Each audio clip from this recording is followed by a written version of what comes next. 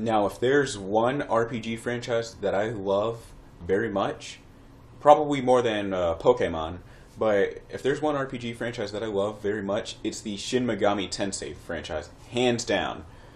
So, I was thinking to myself, ever since Pokemon GO released it, what if they made Shin Megami Go, or Shin Megami Tensei Go, however you want to call it, what if they made Shin Megami Go, a mobile augmented reality game where you capture demons. Actually, no, not capture them, but you basically engage demons in contract battles, or just try to battle other players with your demons. But you get my idea. Now, before I get started on this whole thing, I'm gonna give you my little backstory on how I discovered this franchise. It was kind of on an accident, but in 2007, I was bored one day. So I decided to go and fire up my PlayStation 2, play a few games, and then just be on with my day. So, anyways, what happened was that I looked in the drawer. Well, actually, no, I checked the wrong drawer, right? Because most of my PlayStation 2 games, they're like in one drawer, and the other drawer has like a few DVDs in there. So I opened the wrong drawer with DVDs, and I see this PlayStation 1 box sticking out to me. Mainly because I had quite a few PlayStation 1 boxes, so I instantly recognized that it was a PlayStation 1 game. But anyways, what happened was that it was called Persona 2, and I was looking at it all weird. So I decided to put the game in. Best life decision I ever made. So yeah, now that I've told you my kind of backstory on it, let's lay out the groundwork of what could make Shin Megami Go. So first off, when the player starts the game, they have to do a contract battle with basically like three starter demons. Well, one of three starter demons, just like the starter Pokemon from any Pokemon game in history. So, anyways, once they get that demon, recruit that demon, they can basically do all the other normal player stuff. Now, after the tutorial, the player can. Man, I had this sort of thought out, but after the tutorial, the player can just basically browse the world as they please. Now, while the player is navigating the world, they'll also get into random encounters. Now, in random encounters, you get to either knock out the demon or try to recruit the demon. However, here's the thing, though. It's going to take the recruitment option from Shin Megami Tensei Strange Journey. Great game, by the way. I have a few videos on that. But it's going to take the recruitment option from Shin Megami Tensei Strange Journey and then have you try to recruit the demon by talking to them and choosing dialogue options. And as always, if you fail, you're going to get punished in the end. And what else? Oh yeah, they should also reward XP for recruiting demons as well, because basically I worked to get that demon, so why can't I have XP for doing so? What else?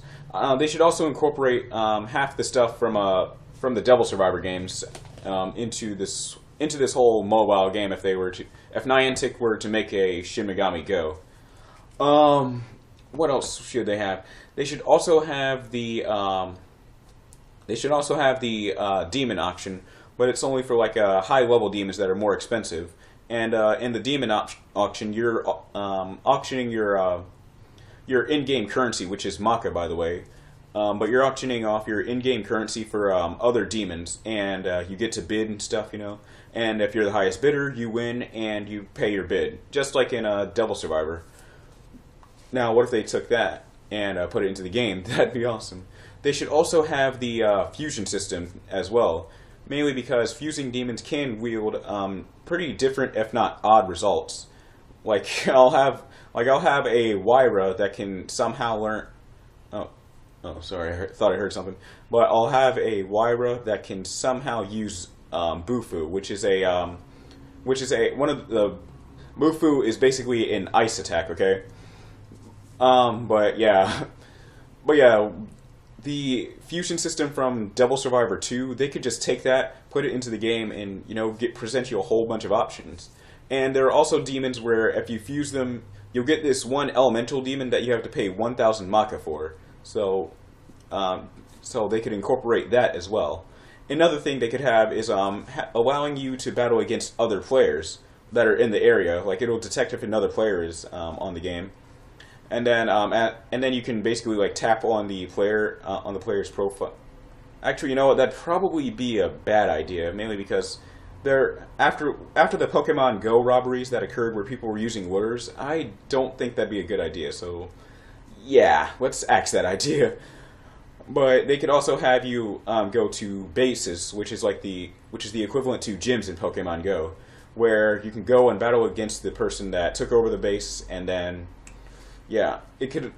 Now, for battling against other players, it's also going to include the traditional battle system from maybe the Double Survivor games or another Shin Megami game in general. I don't know, but all right. Hypothetically speaking, just for the sake of things, let's say it included the battle system from the Double Survivor games. Let me sit up. Now, it's obviously if you battle both a demon in random encounters and during battles to take over bases, then yeah, that'd be a pretty good idea. And for battles as well, it should also include the demon's general weaknesses to certain attacks. Like for example, Jack Frost has been known for being weak to fire magic. That's why I always spam the Agi or Ag spell, however you want to call it, whenever I see him in Double Survivor. But still, Jack Frost has always been known for being weak to fire, and having ice attacks just basically absorbing ice attacks. So yeah, they could incorporate the battling system from Double Survivor, and then it'd be all good. Ooh, oh, sorry about that. Another thing they could have is just like the Pokestops. They could have I don't know what they'd call them, but I guess I'll just call them checkpoints just for the sake of this video. Now, what if this game had checkpoints, which is basically the equivalent of Pokestops, where they give you random items or just generate Maka. And here's the thing, though: the value of Maka is randomly generated. I don't know how much would be generated, but yeah.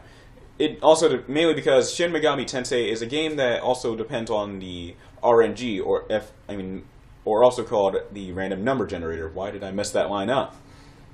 But yeah, so yeah, they could have randomly generated items, and in some cases, well, not in some cases, but on a 50-50 scale, 50 to 100 scale, they could also include Maka, just as a little reward for finding that place, and then like have like a cooling down time before the player. Okay, my phone went off. Oh yeah, fun fact, I got my phone like 2 weeks ago. Well, my new phone 2 weeks ago.